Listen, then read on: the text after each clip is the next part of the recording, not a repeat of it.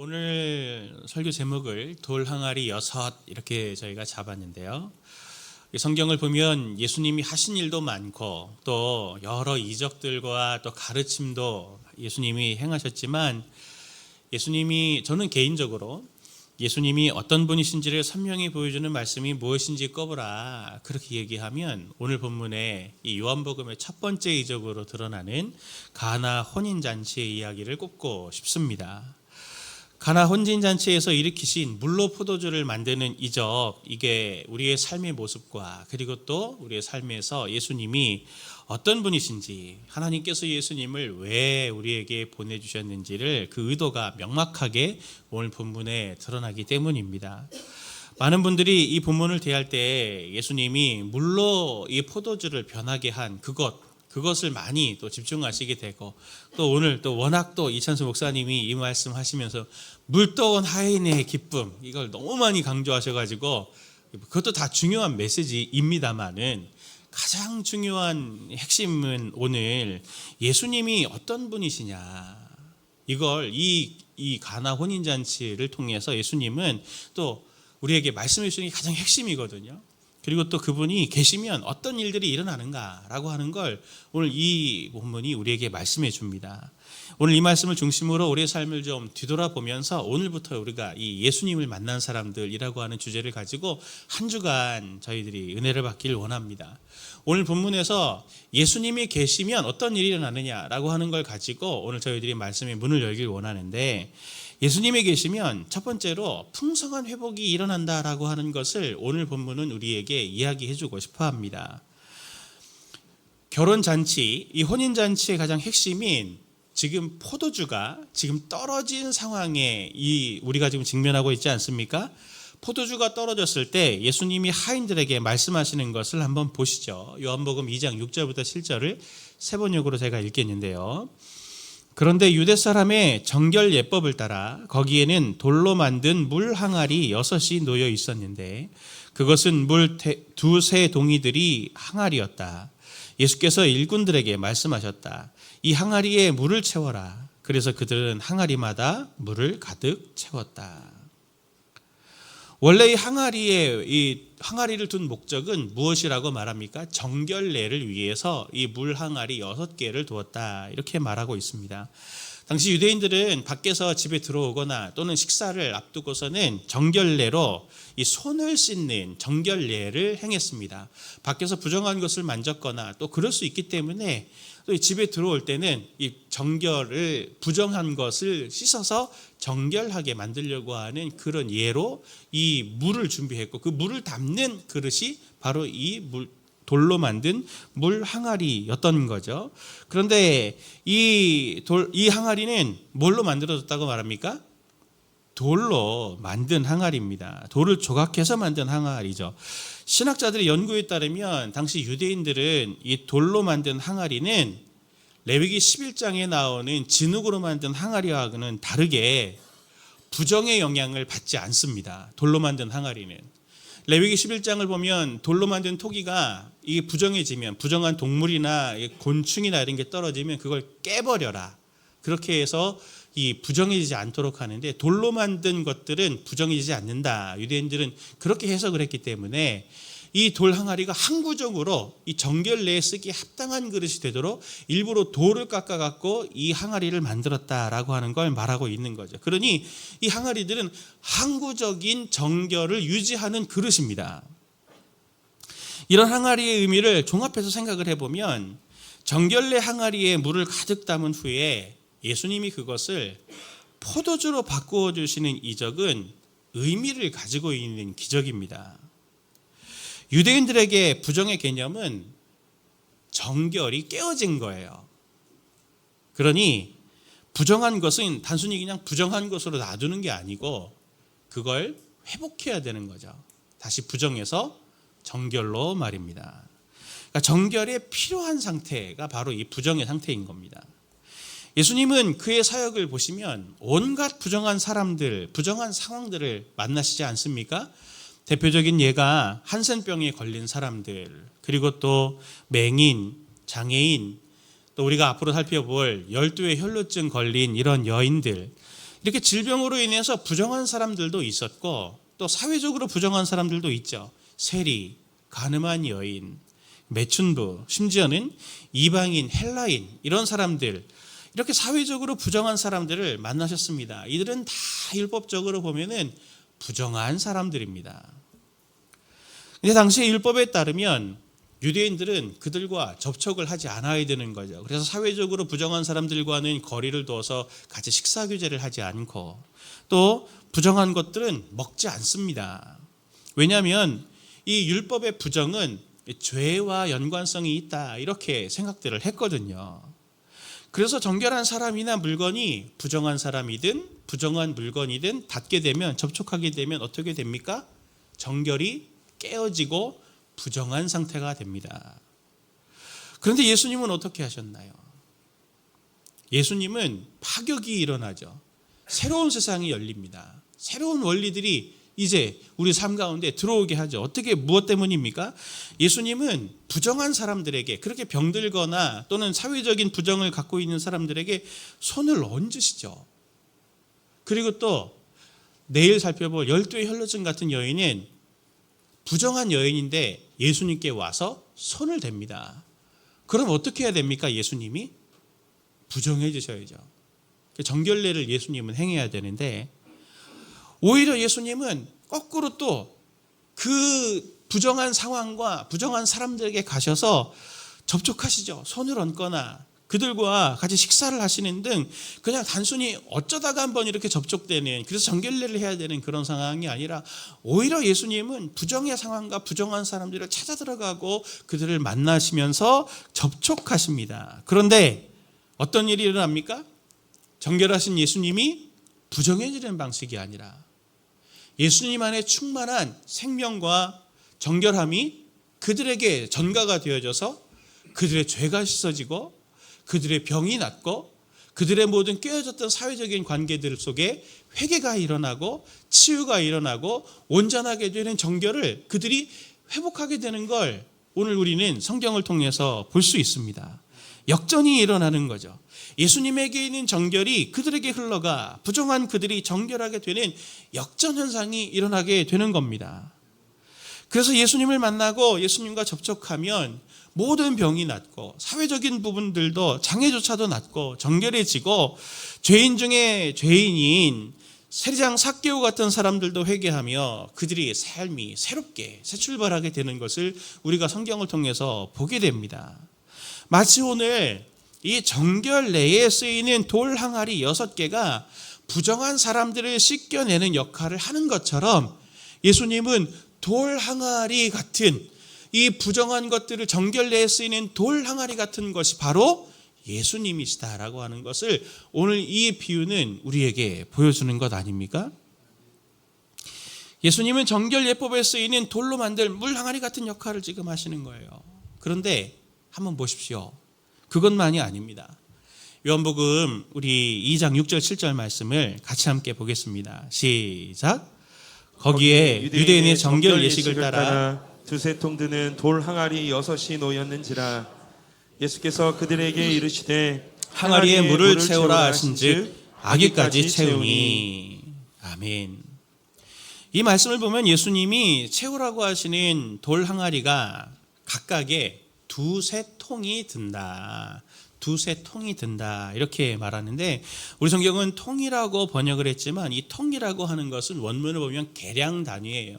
메트레테스라고 해서 계량 단위인데 이 1메트레테스는 약 3.8리터 정도 되는 겁니다. 그러니 이 6개 두세 통 드는 항아리가 6개 있으면 계산을 해보니까 포도주 양이 적게는 420리터에서 많게는 610리터가 됩니다.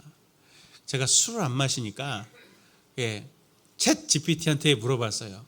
이 정도 양이면 포도주 와인병이 몇 개나 되냐 그랬더니 800개 정도 된다 그러더라고요. 어마어마하게 많은 양인 거죠. 그래서 제가 또 찾아봤죠. 가나잖아요. 지금 동네 인구가 몇 명이냐. 그 당시 보통 작은 마을이어서 적게는 한 300명 정도, 많아봐야 500명을 넘지 않는다. 그 요 양만 갖고도 제가 그래서 또 찾아봤죠. 결혼식에 보통 술은 얼마나 들어가냐. 제가 찾아봤더니 뭐 한 150병 정도 뭐 이렇게 뭐 얘기를 하더라고요. 예. 아닌가? 제가 잘못한 것 같습니다. 한 사람당 한 15병 정도 뭐 이렇게 계산해 갖고 양이 되는데, 하여튼 계산을 해 보니 동네 사람들이 다 모여도 넘치는 양이에요.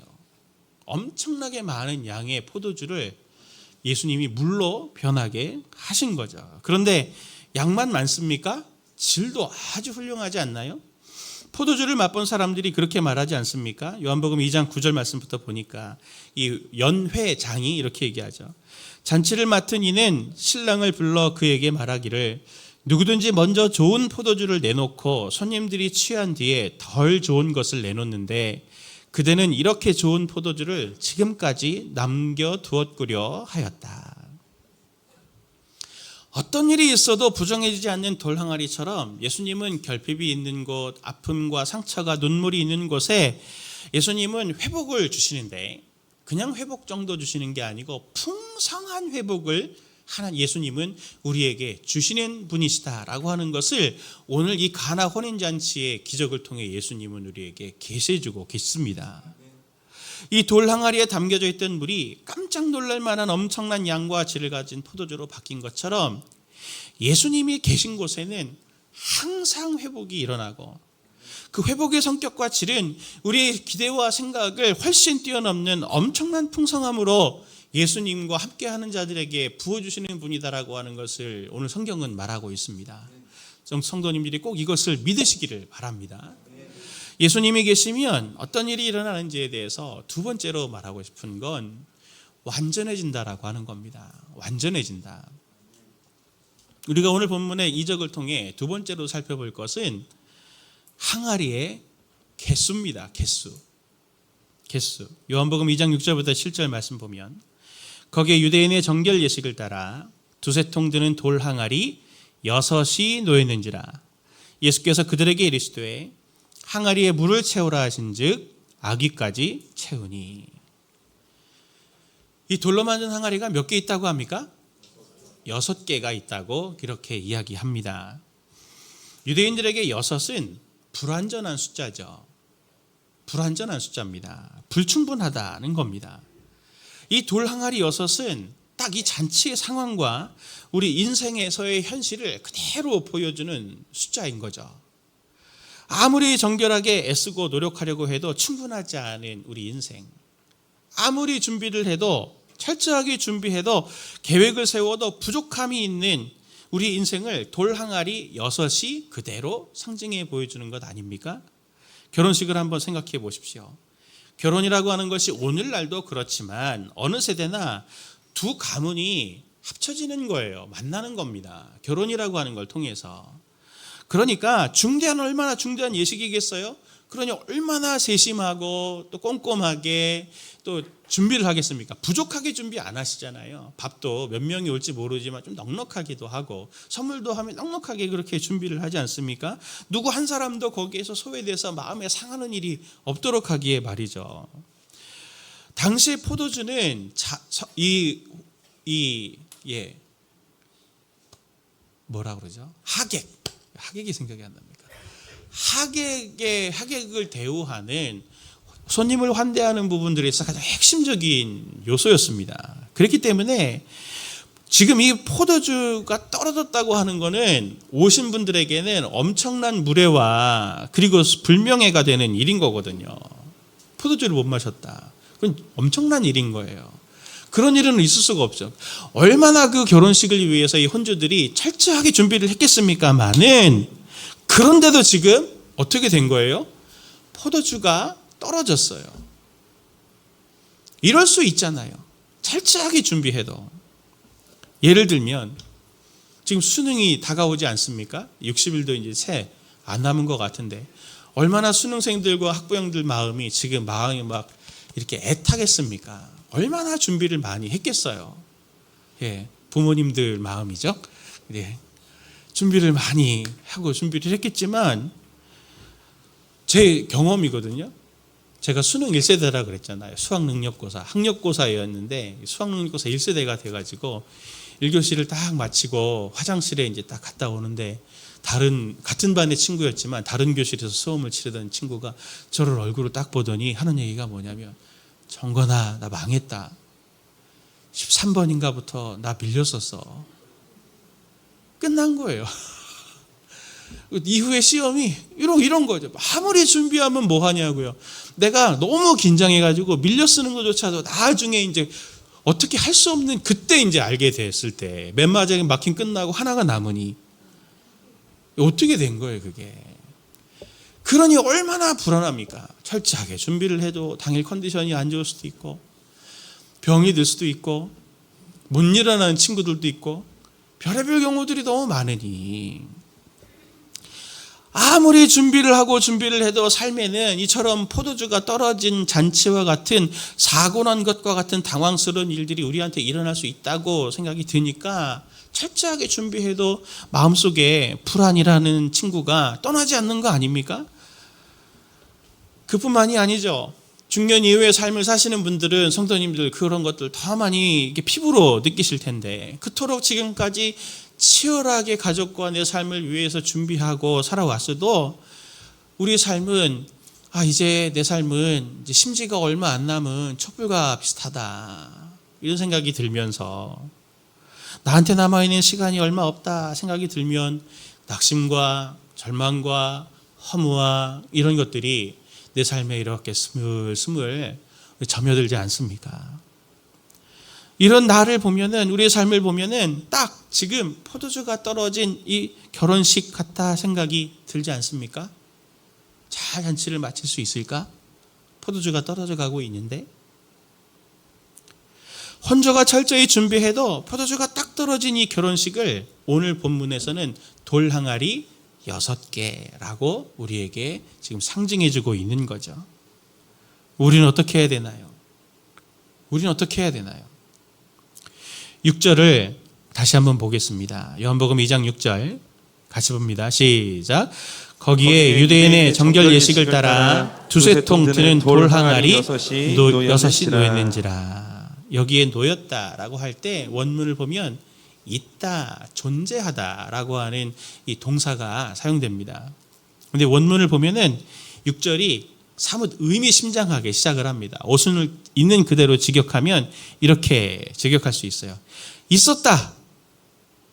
또한 거기에 돌로 된 항아리가. 있다라고 하는 걸 강조를 해요. 있다. 그런데 재미있는 건 9절을 보면은 이렇게 말합니다. 연회장은 물로 된 포도주를 맛보고도 어디서 났는지, 우리 성경엔 났는지 했지만 원문은 있었는지 알지 못하되 물떠온 하인들은 알더라. 있었다. 여기서도 있다를 강조합니다. 그런데 이 잔치가 어떻게 잘 마무리되었나요? 오늘 본문 2장 1절을 보면은 이렇게 말하죠. 사흘째 되던 날 갈릴리 가나에 혼례가 있어 예수의 어머니도 거기 계시고 예수와 그 제자들도 혼례의 청함을 받았더라 하면서 계시고 예수와 제자들 거기에 있었다, 있다, 존재했다라고 하는 것을 계속 요한복음은 강조합니다. 오늘 본문에는, 우리 본문에는 의역이 돼서 계셨다, 놓였다, 났다 이렇게 번역하고 있지만, 이 말씀들을 거칠게 번역하면 예수님이 거기에 있었다, 돌 항아리가 거기에 있었다, 포도주가 있었다 하면서 있다 없다가 반전이 되고 있죠. 요한은 이걸 통해서 우리에게 주려고 하는 뉘앙스가 뭐냐면 예수님의 존재감입니다. 예수님의 존재감을 강조하고 싶어 해요. 아무리 철저하게 준비해도 부족함의 상징인 돌 항아리 6과 같은 포도주 떨어진 부족한 결혼잔치에 누가 있었어요? 예수님이 있어서 이 잔치는 잘 맞춰졌죠. 예수님이 거기에 있어서 이 잔치는 완전해졌어요. 6이 아니라 7이 된 거죠. 부족한 6개의 돌 항아리를 스스로가 돌 항아리가 되셔서 온전한 7으로 채우시는 7번째 돌 항아리가 바로 누굽니까? 예수님이시다라고 하는 것을 오늘 성경은 우리에게 보여주고 싶어 합니다. 우리는 살아가면서 이런저런 문제들 속에 늘 닥칩니다. 그 문제들이 곤란한 상황들, 또 어떻게 할 수 없는 이 무기력한 상황들에 빠질 때 그 상황과 문제만 바라보고서 우리는 늘 힘과 능력과 방법을 찾고 있지 않습니까? 근데 그래봐야 어떻게 되는 거예요? 돌항아리 6개 되는 것밖에는 확인되는 현실이 없습니다. 우리에게는 7번째 항아리이신 예수님, 그 예수님이 계셔야 내 삶이 완전해지는 겁니다. 항아리 6과 같은 상황 한가운데서 7번째 항아리이신 예수가 계신지를 점검하셔야 되는 거죠. 예수님 이거 도와주세요, 저것 도와주세요, 이거 해결해 주세요가 아니고 예수님 제 삶에 계신가요? 안 계신가요?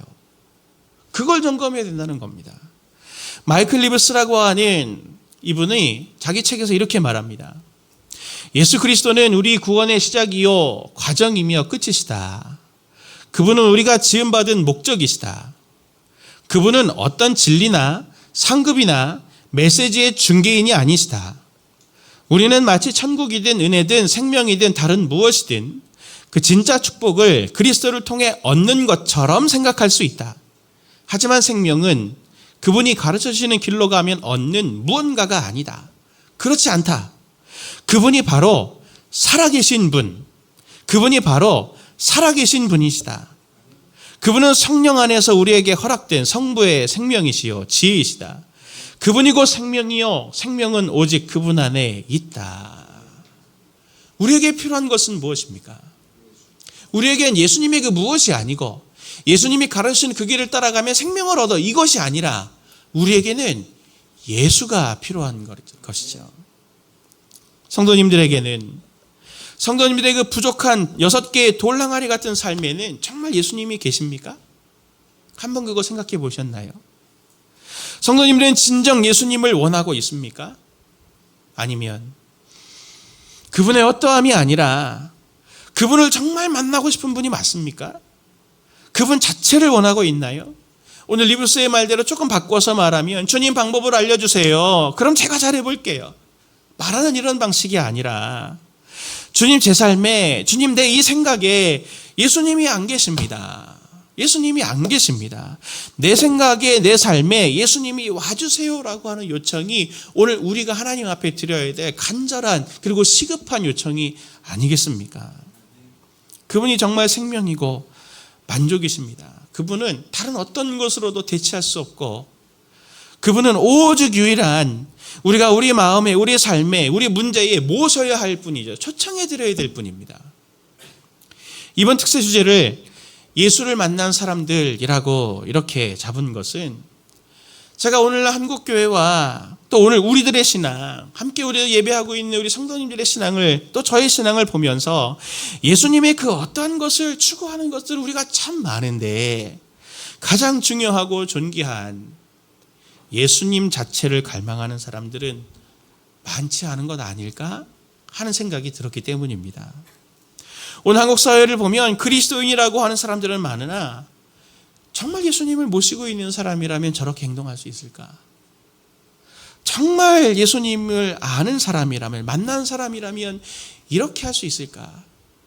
예수님께 예배드리고 예수님을 통해서 우리가 하나님 앞에 나아간다고 하는 이 예배의 자리에서 선포되고 있는 구호와 우리가 기도하는 제목들은 무엇인가? 라고 하는 것들, 거기에 정말 예수가 있는가? 라고 하는 것에 물음표가 많기 때문입니다. 저는 종종 팀 켈러 목사님의 책들 중에 이 부분을 제가 다시 읽어보고 생각하거든요. 좀 길지만 한번 성도님들도 이 글을 한번 읽어보시면서 생각해 보셨으면 좋겠어요. 제가 한번 읽어보겠습니다. 엄청 길게 다음에 좀 잘라주시면 감사하겠습니다. 2부 때는. 보이시죠? 네. 하나님을 믿는다고 고백하는 이들에게 특히 유용한 우상식별법이 있다. 당신은 꾸준히 교회에 나가고 있고 독실한 교리적 신념도 다 갖췄고 하나님을 믿고 순종하려 최선을 다할 수 있다. 하지만 일상 속에서 당신의 진짜 구원은 무엇인가?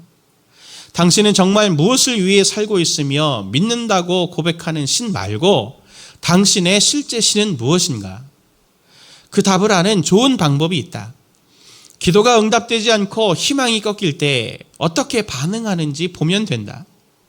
기도한 대로 되지 않으면 누구나 서운하고 아쉬울 수 있다. 하지만 하나님을 믿으면 떨치고 나아간다. 아직 삶이 끝난 게 아니며 그런 것들은 당신의 주인이 아니다. 그러나 기도한 대로 되지 않았다고 분노가 폭발하거나 깊은 절망에 잠긴다면 그것이 당신의 실제 신일 수 있다. 요나처럼 당신도 죽고 싶을 만큼 성내고 있다면 말이다. 가장 통제하기 힘든 자기 감정을 보라. 고기 잡는 어부가 물이 소용돌이 치는 쪽으로 가듯이 당신의 우상도 가장 고통스러운 감정의 밑바닥에서 찾으라. 특히 좀처럼 거치지 않는 감정이나 뻔히 잘못인 줄 아는 행동으로 당신을 몰아가는 감정에 주목해야 한다. 화가 날 때면 이렇게 자문해보라. 나에게 정말로 중요한 뭔가가 있나?